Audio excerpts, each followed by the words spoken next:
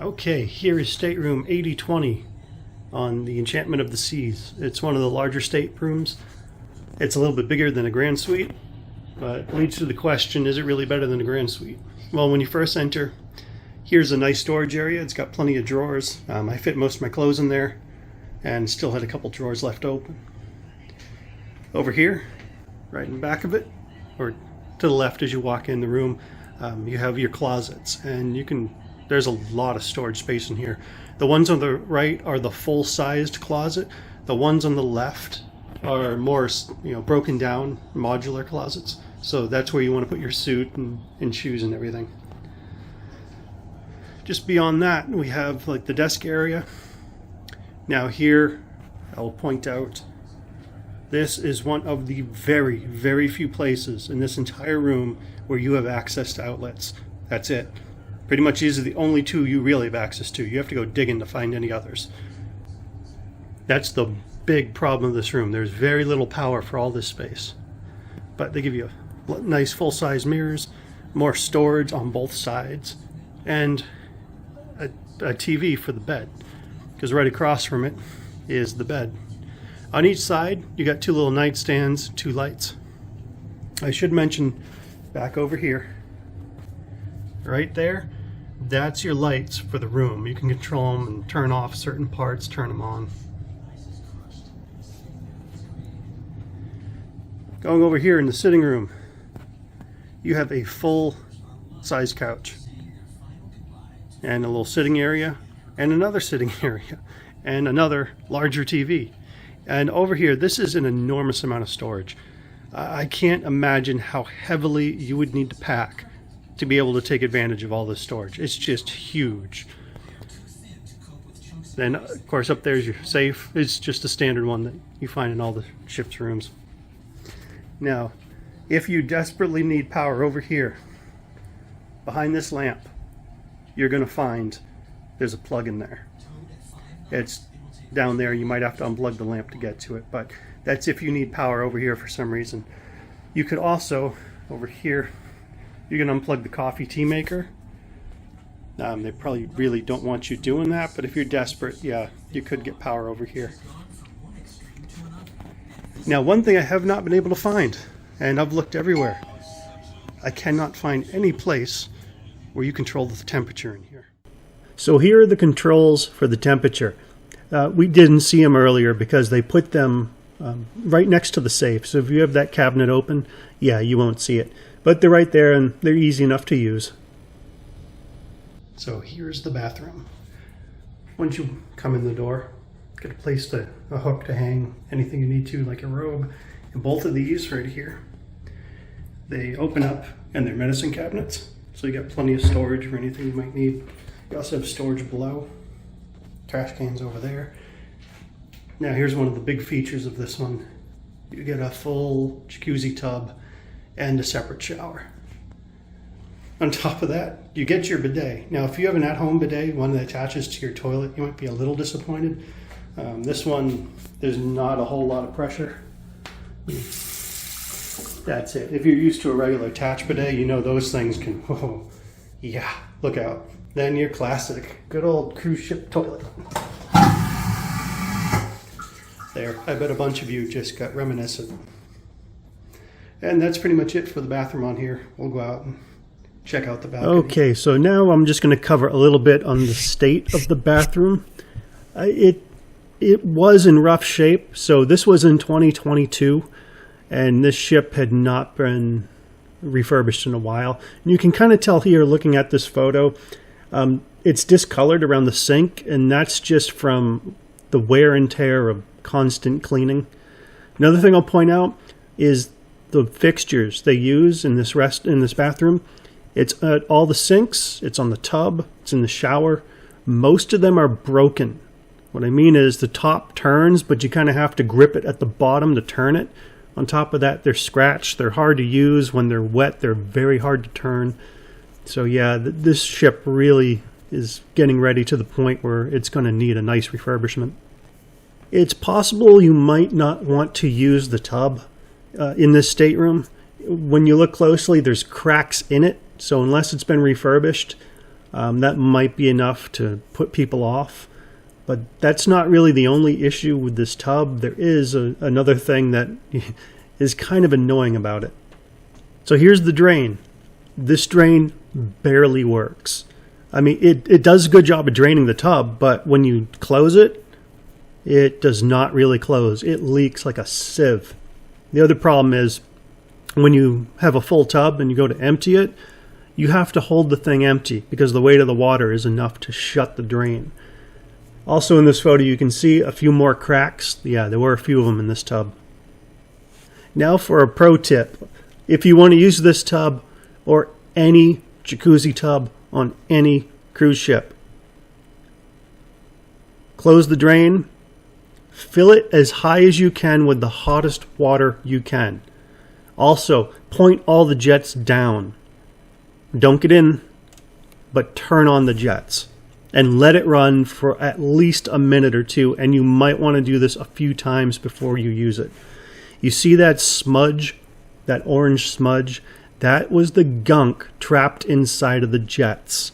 See, I don't think a lot of people actually use the jets, so water tends to get in there and it has juices of the person before you, and it just sits there and just turns into this nasty gunk. So yeah, go ahead, and this is how you clean it out. I guess if you told your stateroom attendant, they might be able to give you some cleaner too to put in there when you run it, but yeah, this is something that you pretty much run into on all cruise ships that have a jacuzzi tub, because the stateroom attendants, they don't flush it out in between. I mean, I don't think they have time to. It takes a while to do this. So for the balcony, just some things to point out. You have 2 full loungers. You also have a nice sitting area that's separate with a nice little table in there. Now, there are a couple things to point out here, though. Just things you want to be aware of. First off is there is some privacy issues on this balcony. I know some people don't care about that. Some people do. Just going to point out here, right up there, that's part of the windjammer. So people can actually, if they get in the right spot, can look down into your balcony, which that might concern some people. Also, when you look at the dividers, you can kind of see right into the other person's balcony, and you certainly will hear everything going on. And again, I know for some people, they don't care. Other people, though, they might be really concerned by that. So that's just why I'm pointing this out for everybody. And here we're going to get a little closer. So this is basically where you'd be sitting if you're sitting at the table. And you can see right over there. But there is a lot of room on this balcony. I mean, it's definitely bigger than average. Now I'm just going to cover a couple aspects of the room. Hopefully they refurbish this ship soon, because this is indoors in the stateroom, and yeah, it's rusted. A lot of times you see that outside, but normally not inside, but there are a lot of parts like that. This dome light here, it didn't work at all, and it wasn't just burned out. We asked the stateroom attendant, maybe maintenance could come swap out the bulb. No, it was a wiring issue. So there's a bunch of little things like this. But the room itself is nice. If you notice here, here's taken from the bed. There's a curtain to the left and the curtain to the right. You can draw those to isolate the bedroom a little bit and darken it out, which is really nice. And with this size of a room, you can actually go a little bit further than that, which is unlike a normal grand suite. You can actually separate this into 3 rooms plus the bathroom. And I'll give you an idea here from this angle. You can see the other curtain on the left. When you draw all of them, again, it basically gives you 2 bedrooms, because someone can sleep in the couch area, and like a sitting area, to the left here, where I had my laptop and there was the whole vanity. So yeah, there is a lot of room in here, and you can have more than 2 people very comfortably. Now, back to the bathroom. If you look here, that's standing water on the floor. That comes from the shower. The shower leaks like a sieve. And there's a reason for that. They didn't fit it properly. So it just leaks out whenever you take a shower. And the water is really high pressure, and it's hard to adjust it, so it's a little easier. So yeah, there's not much you can do. But you can see the crack right here. This is with the shower door closed, and it does not close up or seal up. Next to it, though, there is a drain on the floor, so that's nice. It's an owner suite, and on this ship, all of the owner suites are named after famous artists. I don't know if that's important to you or not, but you can, depending on what artwork you want to look at, you can research online to see what each different suite, what artist is assigned to it. It was kind of interesting, that's basically, if you get that, all the artwork in there is either done by them or inspired by them. Now, since this is a GS category or higher on the Enchantment, you get access to the Concierge Lounge. I will say this is the worst Concierge Lounge I've seen. It's possibly the worst one in the fleet. The layout is terrible. It's a retrofit, so the ventilation is really poor. It gets boiling hot in there, and here's the reason. This is just a photo I took from out the windows there. It looks out the back of the ship, so it's above the solarium. It gets boiling hot when the light reflects off all that glass, and sometimes it just goes directly in the back of the ship.